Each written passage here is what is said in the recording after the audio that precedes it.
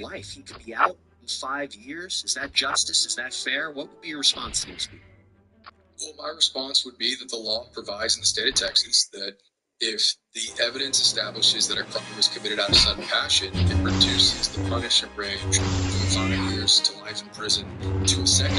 And so the maximum punishment that Kerry Birmingham was facing, once the jury found it acted in sudden passion, was 20 years. And so it's the appropriate verdict by the jury, and it's exactly what Dan asked them to do. He said, look, if you feel that he needs to be penalized, then give him 10 years, and that's what they did.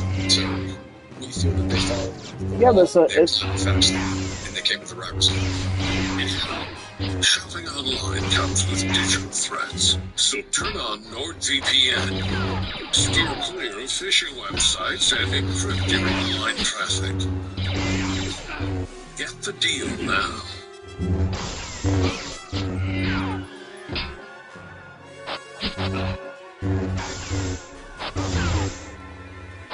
With a Fingerhood Petty credit account, every order is an opportunity for you to start building your credit history. With an order of the latest trading athletic equipment, or an order of birthday presents for a little kid, or an order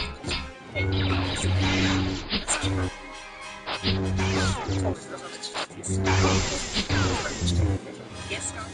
Forge Better Kill Client,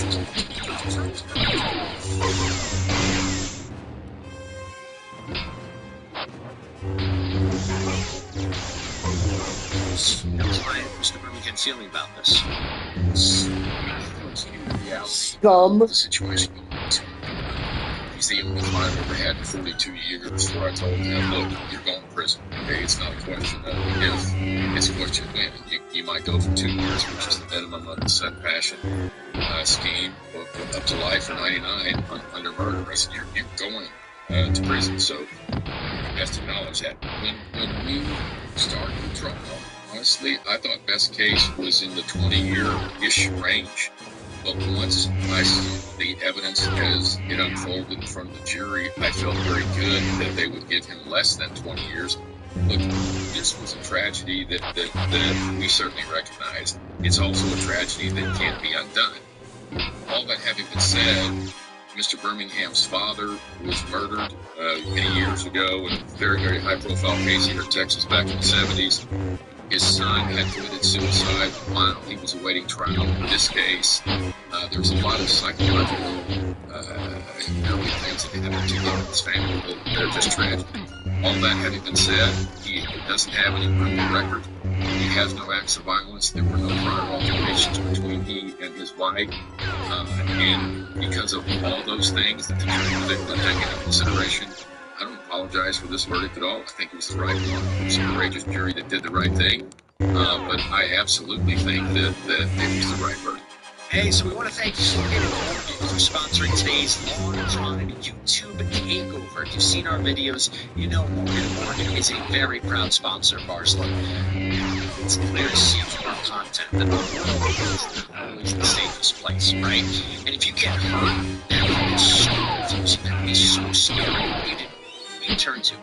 Well, Morgan & Morgan, America's largest injury law firm, can help you. See, if you're injured, you need to know your legal rights. You need to know whether you could be compensated for your injury. And Morgan & Morgan, they've made it super easy for their clients because they've been this process. You submit your claim, and you talk to your own legal team, and your smartphone. Case takes a few minutes, and Morgan & Morgan, they're all about fighting for the compensation you deserve. They don't settle for lowball insurance offers. In fact, they've recently secured verdicts of $12 million in Florida, $6.8 million in New York, and $26 million in Philadelphia. Lawsuits, by the way, significantly higher than the highest insurance offers. So if you're injured, you can start by easily submitting a claim at forthepeople.com/takeover or by dialing #law. That's pound on your phone. And Anthony, that brings me to something else that you mentioned, family, because I'd like to talk to you about Olivia. This is Carrie and Patricia's daughter. My understanding was she was in school when the shooting happened. She reportedly said that she abused her father physically attacking her mother. He did accuse him of emotional and financial abuse. She questioned the defense. She said, I don't know, sudden passion, you have to have something, you have to have made that decision within you for a while. I feel like to do something, to do that to someone you really love, no matter what was said in this trial, you know what type of woman she was, and you know what you did, how you took away my favorite person.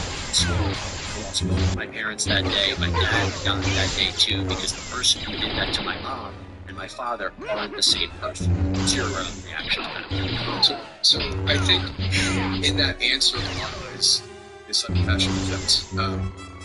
There's no way to get around the fact that Olivia is going to hate her father, and rightfully so.